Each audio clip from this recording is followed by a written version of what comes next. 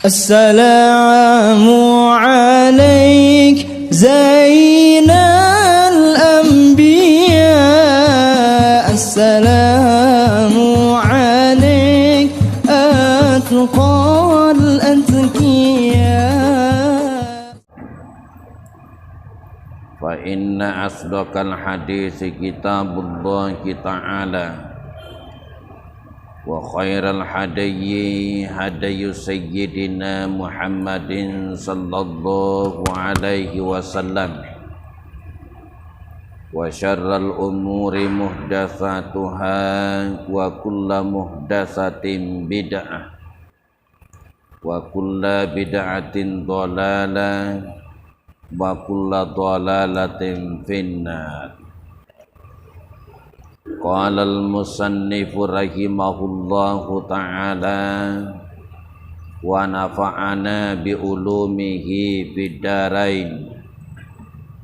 فائدة الأحوال التي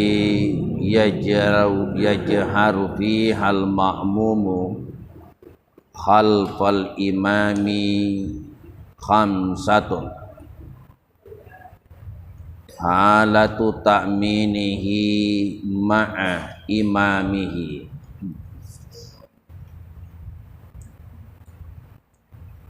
jamaah subuh yang dimuliakan Allah, santri sekalian yang berbahagia. Alhamdulillah, kita bersyukur kepada Allah Subhanahu wa ta'ala yang masih memberikan izin kepada kita kembali melanjutkan pengajian kita pada kesempatan yang berberkah ini. Masih kaitannya pembahasan hayatus salat, sunnat-sunnat hayahnya salat. Nah, coba dibuka halaman 138.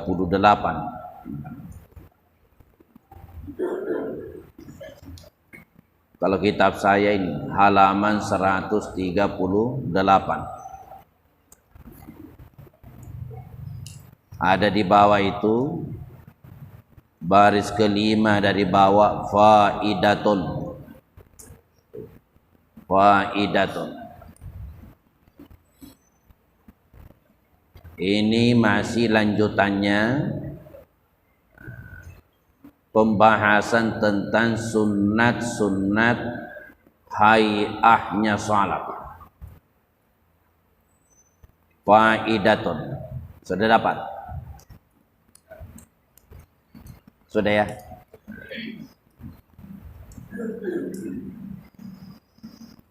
Faidatun, sebuah faidah.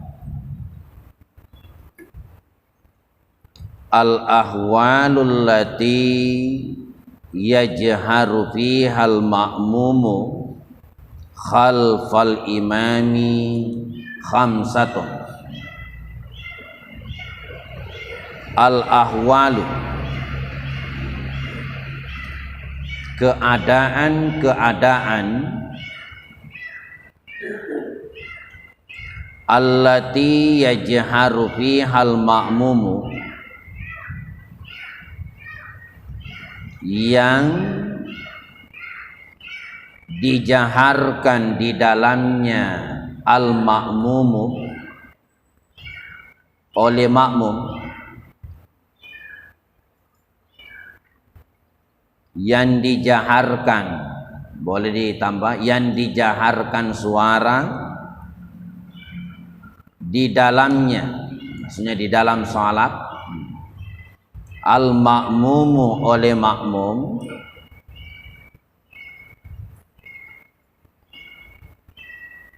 khalfal imami di belakangnya imam, khalfal imami di belakangnya imam, khamsatun ada 5. Khamsatun ada 5. Maksudnya ketika orang melaksanakan sholat berjamaah, ada 5 keadaan atau ada 5 tempat, itu makmum diperintahkan untuk menjaharkan suaranya ketika dia berada di belakang imam. Secara umum ya, yang namanya bacaan-bacaan salat harus dilafazkan kecuali niat. Jadi secara umum seluruh bacaan-bacaan salat harus dilafazkan kecuali niat. Kalau niat kan memang pekerjaan hati. An-niyatu fil qalbi muqtarinan bi fi'li. Niat itu di hati bersamaan pelaksanaannya. Jadi niat memang pekerjaan hati.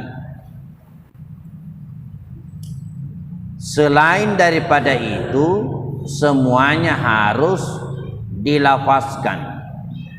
Harus dilafazkan. Takbiratul ihram harus dilafazkan. Kadang kita lihat ada orang kalau takbir terlalu halus. Kita tidak tahu apakah dia lafazkan takbiratul ihram atau tidak. Begitu berdiri di shaf langsung, ini melafazkan takbiratul ihram atau tidak? Terlalu halus. Persyaratannya itu minimal ayyasma'a nafsahu, hendaklah ia memperdengarkan dirinya. Kapan ada orang membaca bacaan salat apabila itu rukun, contohnya surah Al-Fatihah. Ada orang membaca surah Al-Fatihah tapi itu hanya dibaca dalam hati, tidak dilafazkan. Bagaimana itu? Salatnya tidak sah. Bagaimana seandainya dia baca pangupu, bahasa kita, surah setelah Fatihah, tapi dia hanya baca dalam hati, tetap salatnya sah. Tapi dia tidak dihitung membaca surah setelah Fatihah. Kenapa tetap sah? Karena itu pangupu bukan rukun. Dia masuk sunnah hay'ah. Secara umum itu. Dalam penjelasan kitab kita di sini, justru ada 5 keadaan, ada 5 tempat itu makmum diperintahkan menjaharkan suaranya di belakangnya imam. Jadi dia diperintahkan untuk menjaharkan, mengangkat suaranya, walaupun dia berada di belakangnya imam sebagai makmum. Di sini disebutkan ada 5 ya. Yang pertama,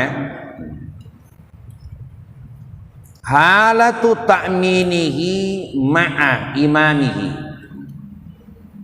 Halatu ta'minihi ma'a imamihi.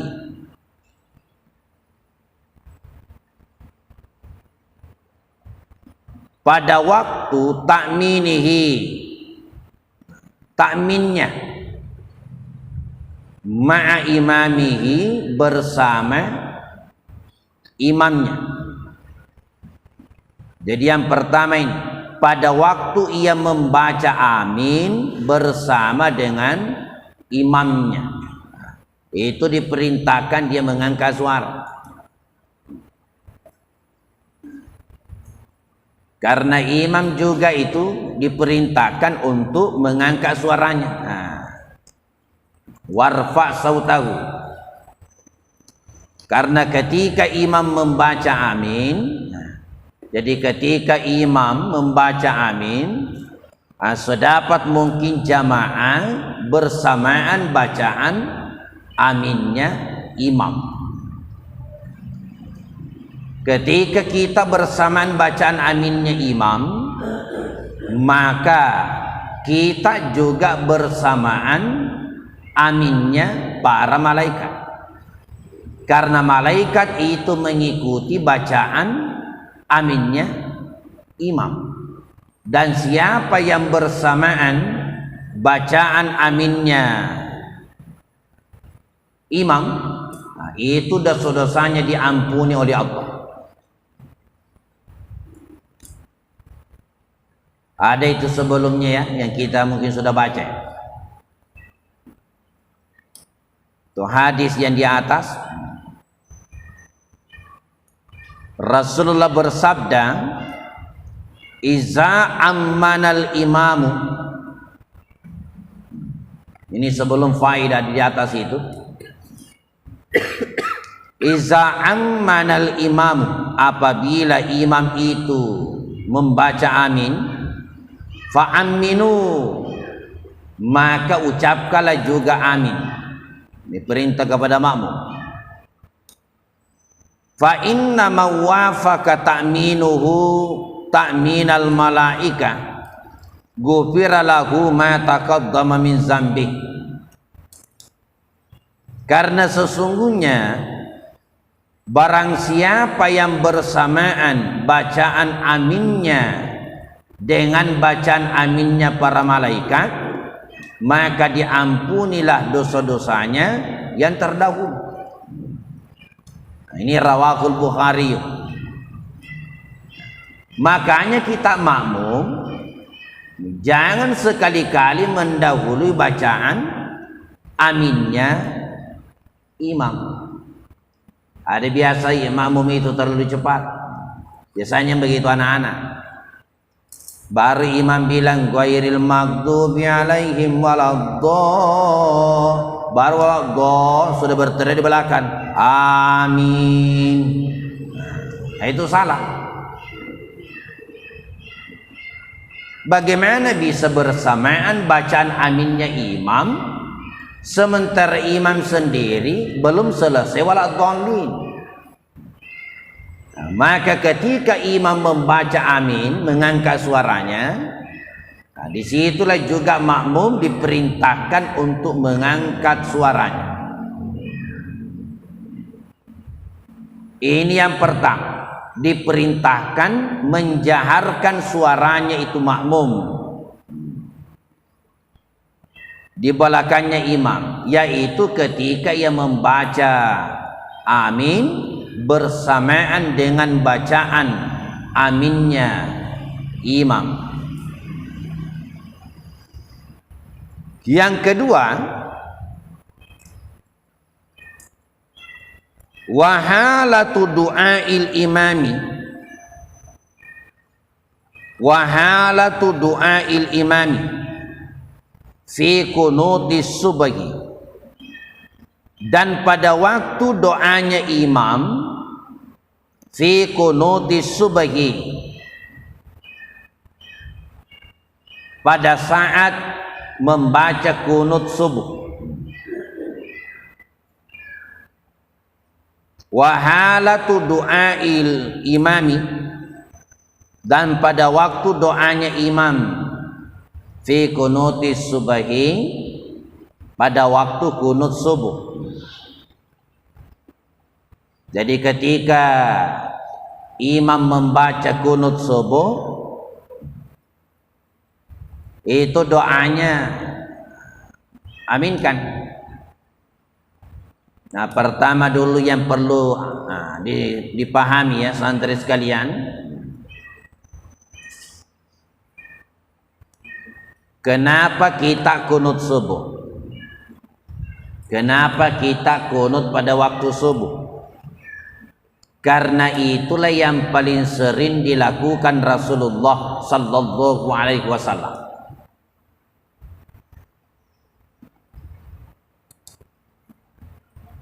Itu paling sering. Bahkan kalau kita teliti hadisnya tentang kunut itu, karena begitu seringnya Nabi kunut pada waktu subuh, sehingga Imam Syafi'i menjadikan itu kunut subuh sebagai sunnat abu'ad. Dijadikan itu kunut subuh sebagai sunnat abu'ad.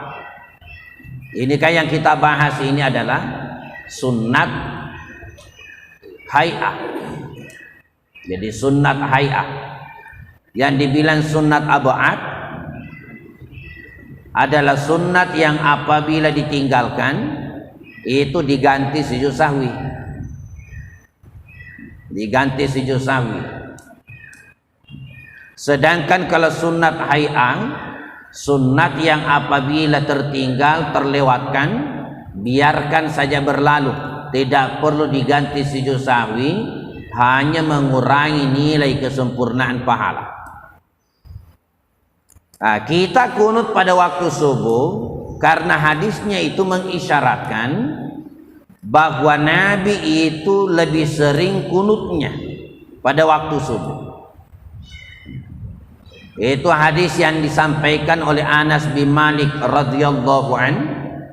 Disebutkan, mazala Rasulullah sallallahu alaihi wasallam yaqnutu fi subhi hatta farakat dunia. Senantiasa Rasulullah kunut pada waktu subuh sehingga Nabi meninggal dunia. Jadi lebih seringnya Nabi itu membaca kunut subuh. Dengan kita tidak menyalahkan orang yang tidak mau kunut.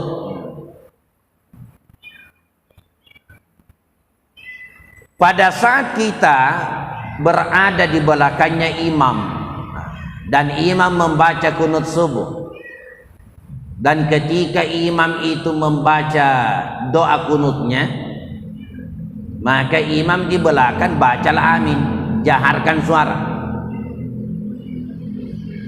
Ada biasa yang bertanya, kenapa pada saat imam membaca kunut subuh ada yang disambut dengan bacaan amin, ada juga yang tidak.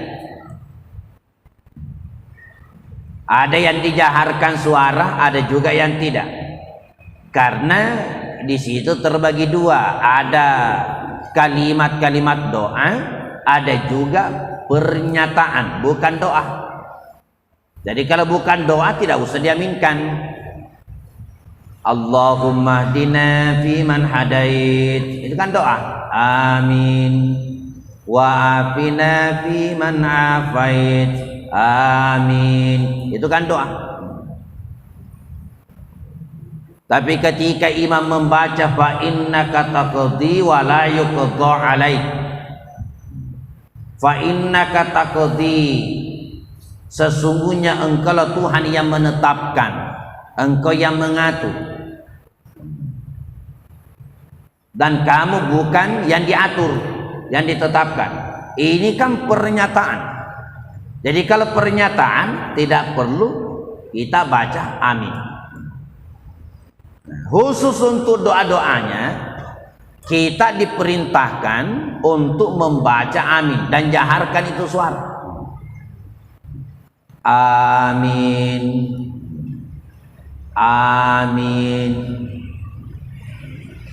Itu dalam bahasa Arab ini amin, itu bacaan amin, termasuk salah satu kata yang diistilahkan itu isim fi'il. Jadi kan ada isim, ada fi'il, ada huruf. Tapi ada juga itu diistilahkan isim fi'il. Kenapa dikatakan isim? Karena ada tanda-tanda isim. Kenapa dinamai fi'il? Karena ketika diartikan artinya arti fi'il, kata kerja. Aminun, terimalah ya Allah. Nah, diperhatikan tandanya tanda-tanda isim. Tapi kalau diartikan adalah fi'il, makanya dinamai isim fi'il. Dan perbaiki bacanya kalau membaca amin. Amin. Ada biasa makmum kalau baca amin ya lain kedengaran. Amin. Ghairil maghdubi alaihim waladdallin. Amin. Pada cing supaya bisa berseiringan bacaan aminnya imam. Jadi ini yang kedua. Fi kunutis subhi wa fi kunutil witri, dan pada kunut witir. Wa fi kunutil witri, dan pada kunut witir. Fin nisfil akhiri min Ramadan. Fin nisfil akhiri min Ramadan. Pada seperdua yang terakhir dari bulan Ramadan. Jadi pada seperdua yang terakhir di bulan Ramadan. Jadi ketika kita melaksanakan salat witir, ketika kita melaksanakan salat witir di bulan Ramadan, jadi ini hanya di bulan Ramadan ya, tidak berlaku di luar bulan Ramadan. Jadi ketika kita di bulan Ramadan, kita sudah berada pada 10, saya ulang, pada seperdua terakhir. Berarti tarawih witir yang ke-16. Jadi mulai tarawih, saya ulang, mulai dari witir ke-16 sampai witir ke-29, 30. Nah, di situ kita disunatkan untuk membaca doa kunut. Membaca doa kunut. Dan ketika imam pimpin bacaan doa kunut, makmum juga diperintahkan untuk membaca amin dan jaharkan itu suara.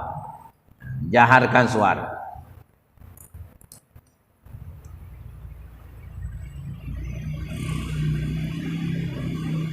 Kemudian yang ketiga, wa fi kunutin nazilati.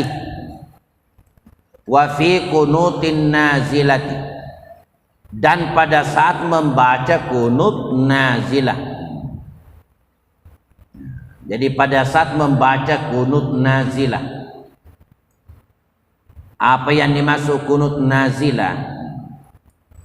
Nah, kalau kunut nazilah itu hadirin dilakukan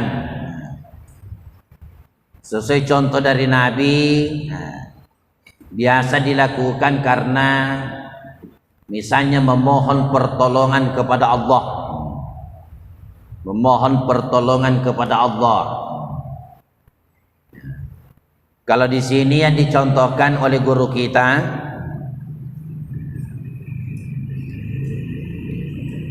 kakohting, seperti musim kemarau. Musim kemarau. Walaupun ada salat khusus yang digunakan untuk meminta hujan, yaitu salat istisqa.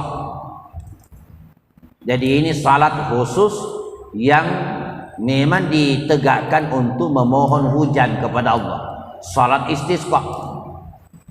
Nah, selain daripada itu, ketika di musim kemarau kita dibolehkan, silakan tegakkan kunut nazilah. Dan kunut nazilah ini dilakukan pada saat kita menjalankan salat 5 waktu. Yang kedua yang dicontohkan watta'un, ketika terjadi ta'un, ada wabah penyakit. Sama sebenarnya ini, walaupun kita menganggap ini sudah masuk tahun kedua ya, begitu lamanya ini pandemi wabah ini, sampai ini virus ini ulang tahun. Semoga Allah cepat mengangkat. Jadi sebenarnya bisa orang tegakkan kunut nazilah. Karena itu dilakukan. Ini coba lihat fis salawatil khamsi, pada salat 5 waktu. Jadi ketika kita melaksanakan salat 5 waktu, pada rakaat terakhir setelah ruku, sami Allahu liman hamidah. Kalau misalnya itu adalah salat subuh, berarti rakaat kedua. Kalau itu misalnya salat maghrib, berarti pada rakaat ketiga. Kalau itu salat isya, berarti pada rakaat keempat. Jadi setelah kita ruku, sami Allahu liman hamidah, sebelum turun sujud, kita boleh menegakkan qunut nazilah. Intinya adalah memohon pertolongan kepada Allah. Memohon pertolongan kepada Allah, atau mungkin kebinasaan atau kehancuran terhadap orang-orang atau kaum yang membahayakan umat Islam. Jadi pernah Nabi sallallahu alaihi wasallam itu kurang lebih sebulan menegakkan qunut nazilah atas 2 kelompok suku, 2 kelompok kaum yang mereka membunuh utusan Rasulullah ketika datang untuk menyampaikan dakwah. Nah, begitu sedihnya Nabi karena utusan yang diutus itu dibunuh oleh dua kelompok kaum ini, sampai Nabi itu yang kurang lebih sebulan menegakkan qunut nazilah. Maka ketika imam pimpin qunut nazilah, makmum di belakang ketika membaca amin itu diperintahkan untuk menjaharkan suaranya.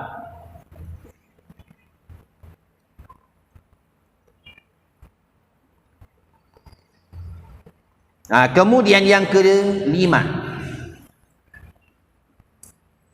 wahalatu fatihihi ala imamihi, wahalatu fatihihi ma'a imamihi, dan pada waktu membetulkan imamnya, dan pada waktu membetulkan imamnya, karena ada kekeliruan pada imam.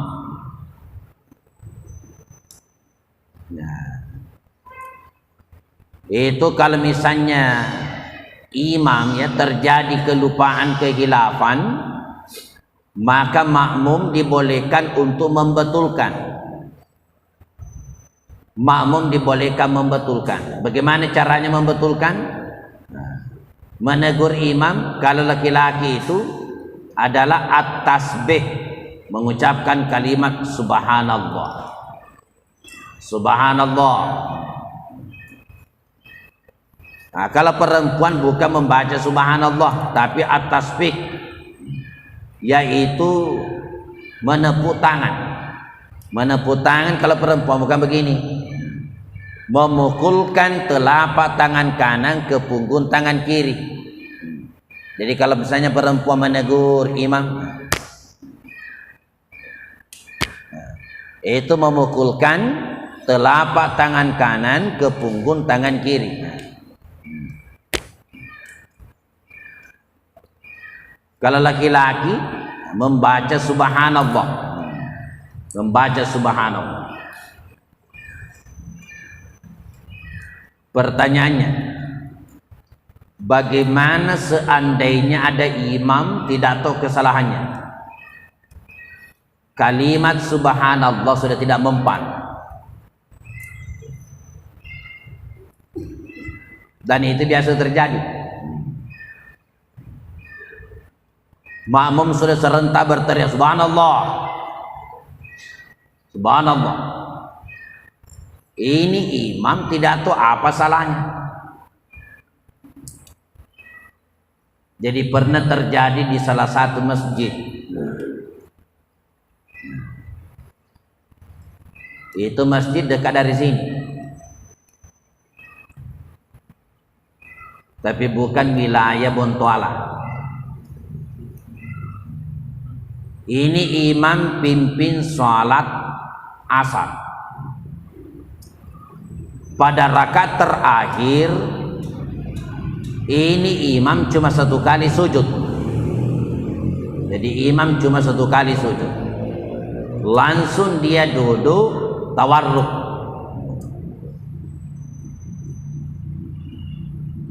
Ini makmum menunggu untuk sujud yang kedua. Ternyata ini imam langsung memberi salam.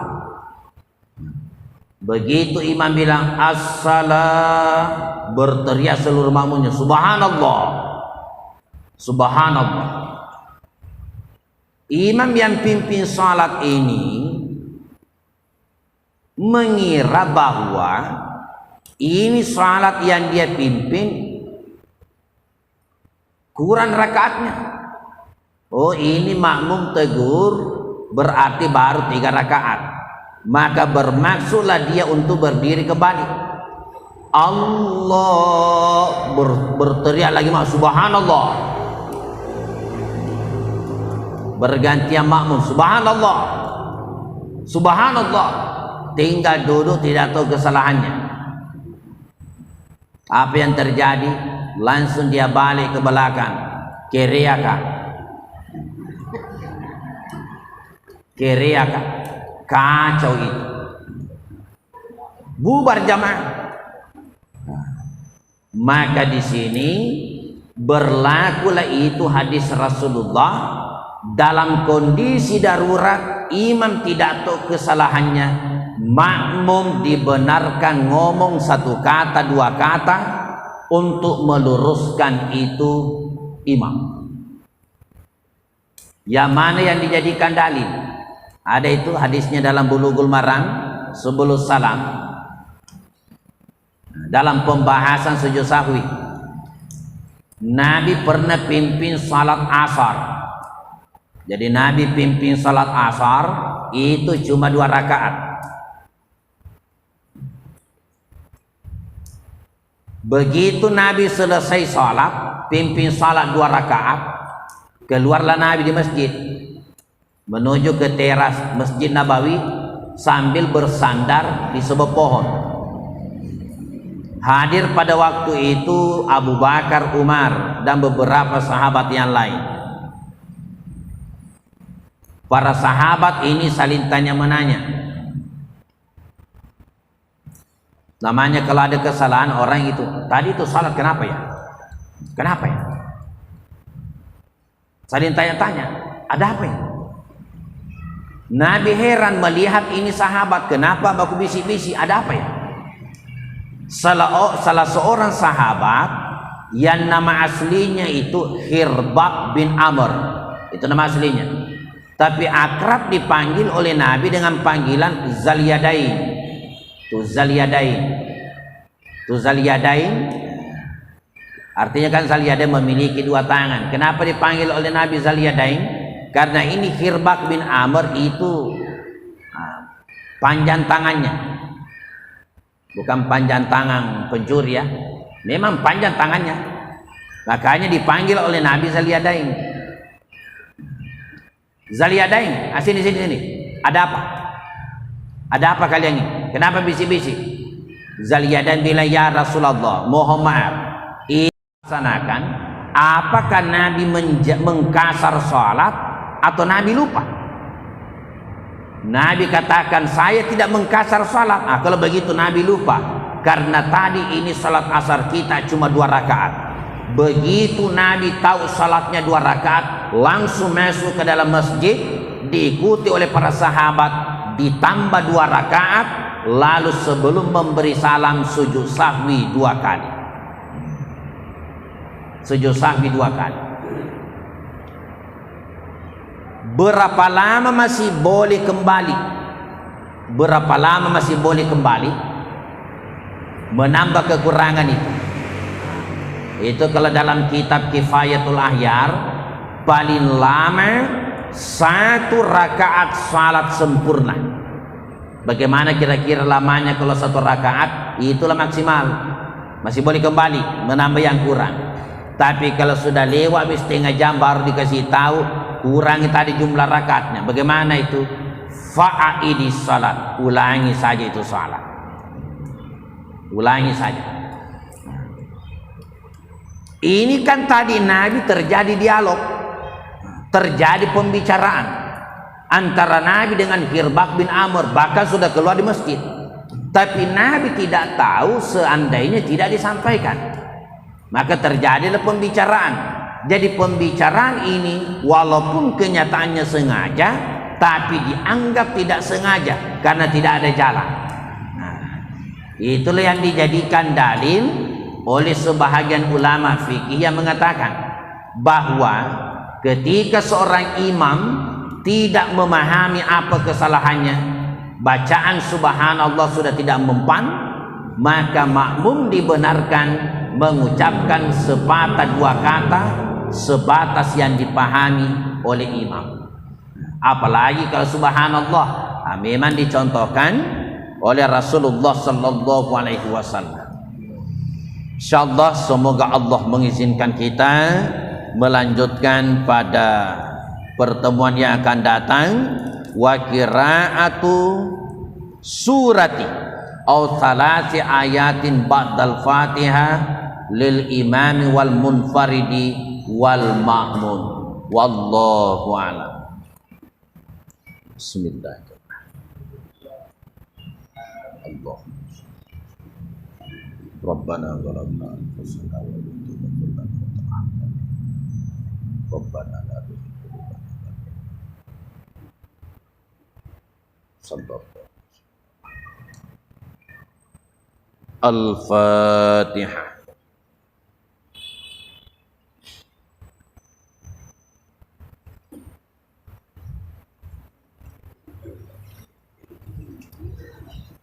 Wabillahi taufiq wal hidayah. Assalamualaikum warahmatullahi wabarakatuh.